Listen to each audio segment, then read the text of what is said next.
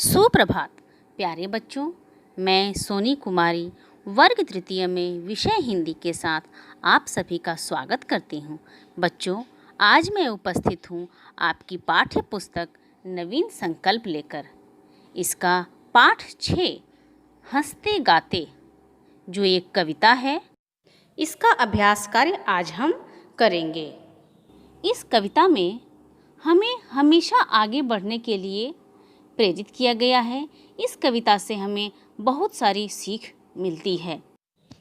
तो आइए बच्चों, इस कविता का आज हम अभ्यास कार्य करते हैं।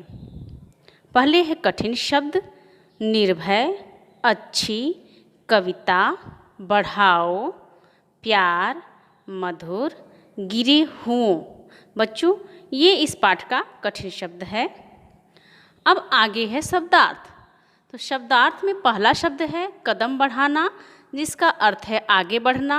निर्भय, बिना डरे, आँख दिखाना, डराना। गिरे हुए यानी कमज़ोर, गले लगाना, जिसका अर्थ है प्यार से उठाना। अब हमारा प्रश्न उत्तर है मुख से। बच्चों, इस प्रश्न के उत्तर थोड़े छोटे होते हैं। तो पहला प्रश्न है कवि बच्चों से क्या कह रहे हैं। इसका उत्तर है कवि बच्चों से कह रहे हैं कि हमें हर मुसीबत और बाधाओं को पार करके हमेशा आगे बढ़ना चाहिए। दूसरा प्रश्न है कवि दिलों को जीतने के लिए क्या सलाह दे रहे हैं। इसका उत्तर है कवि दिलों को जीतने के लिए मधुर बोल बोलने की सलाह दे रहे हैं। अब है हमारा प्रश्न 3, बढ़िया कविता कहानी पढ़ने से क्या लाभ होगा। इस प्रश्न का उत्तर है बढ़िया कविता कहानी पढ़ने से हमारे अंदर अच्छे विचारों एवं अच्छे संस्कारों का विकास होगा। अब है हमारा प्रश्न 4, आप अपने साथी को कविता में से कौन सी पंक्तियाँ सुनाना चाहेंगे। बच्चों, ये प्रश्न आपके लिए है और आप इसे पूरा करेंगे। अब है हमारा प्रश्न उत्तर लेखनी से। इसका पहला प्रश्न है गिरे हुओं को गले लगाने का क्या अर्थ है। इसका उत्तर है गिरे हुए को गले लगाने का अर्थ है कि हमें कमज़ोर और बेसहारा लोगों की मदद करनी चाहिए। बच्चों, अब जो प्रश्न है लेखनी से, इस प्रश्न में हमें कविता से पंक्तियाँ छांटकर लिखना है। नीचे में प्रश्न दिए गए हैं, उनमें हमें भरना है।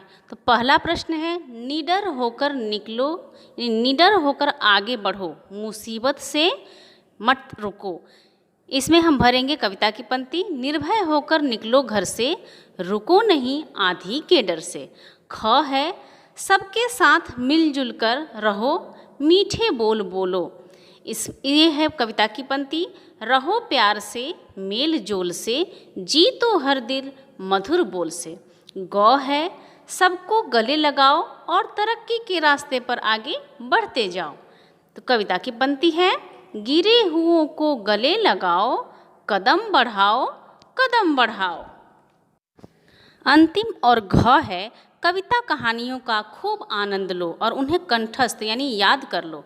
तो ये है बढ़िया बढ़िया पढ़ो कहानी, कविता कर लो याद जुबानी। तो बच्चों, आगे बढ़ते हैं। हमारा प्रश्न है अब भाषा से।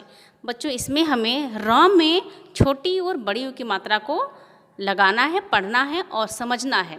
नीचे में शब्द दिए गए हैं, उनमें भी र की मात्रा लगानी है, जो मैंने लगाया है आप देख रहे हैं। अमरूद में बड़ाव की मात्रा है, रूठना में बड़ाव की मात्रा है, रुपया छोटाऊ, रुकना छोटाऊ, जरूर बड़ाऊ और गरूर में भी बड़ा ऊ की मात्रा है। बच्चों, अब है प्रश्न हमारे सामने, हमें अनुनासिक चिन्ह लगाने हैं। तो अगुली में अ पर अनुनासिक लगेगा, अंगुली, अंधेरा और पहुँच। तो हम अ पर और फिर अ पर और ह पर लगाएंगे अनुनासिक यानी चंद्र बिंदु। आगे है पर्यायवाची शब्द लिखना है हमें, समानार्थी शब्द। तो घर का गृह और आलय, आँख का नयन और नेत्र, और प्यार का प्रेम और स्नेह होगा।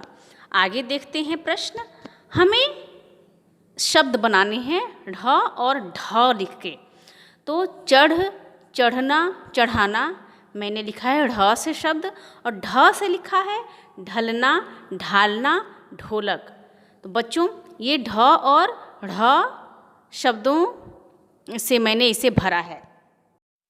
आगे प्रश्न है, उदाहरण से देख के हमें भरना है। तो मैंने इसे भरा है, देखिए।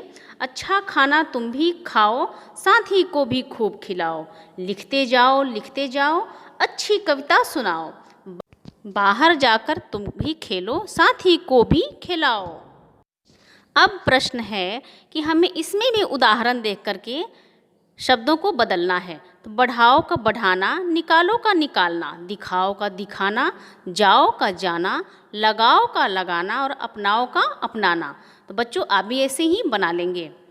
आगे प्रश्न है कि अगर आपका साथी स्कूल जाते हुए डरता है तो वो कौन सी पंक्ति सुनाएंगे आप उसे? तो निर्भय होकर निकलो घर से, रुको नहीं आंधी के डर से। आगे है, आपका साथी रूठा बैठा है तो कौन सी पंक्ति करके मनाओगे उसे? तो रहो प्यार से मेल जोल से, जीतो हर दिल मधुर बोल से। आपको उसे ये पंक्तियाँ सुनानी चाहिए। अब है, आपकी बहन पढ़ना चाहती है तो कौन सी पंक्ति सुनाएंगे? तो उसे सुनाएंगे बढ़िया बढ़िया पढ़ो कहानी, कविता कर लो याद जुबानी। अब है हमारे सामने प्रश्न कि आप कविता कहानियाँ याद करिए और सूची बनाइए। अब प्रश्न है कि अच्छी आदतें कौन सी और बुरी आदतें, इसकी सूची बनाना है आपको। तो अच्छी आदतों में आप लिखेंगे सुबह उठना, ब्रश करना, बड़ों का कहना मानना, पढ़ाई करना। और बुरी आदतें कौन कौन सी है आप उसे लिखेंगे। तो बच्चों हमारा अभ्यास कार्य यहीं समाप्त होता है। आज के लिए इतना ही बस। धन्यवाद बच्चों।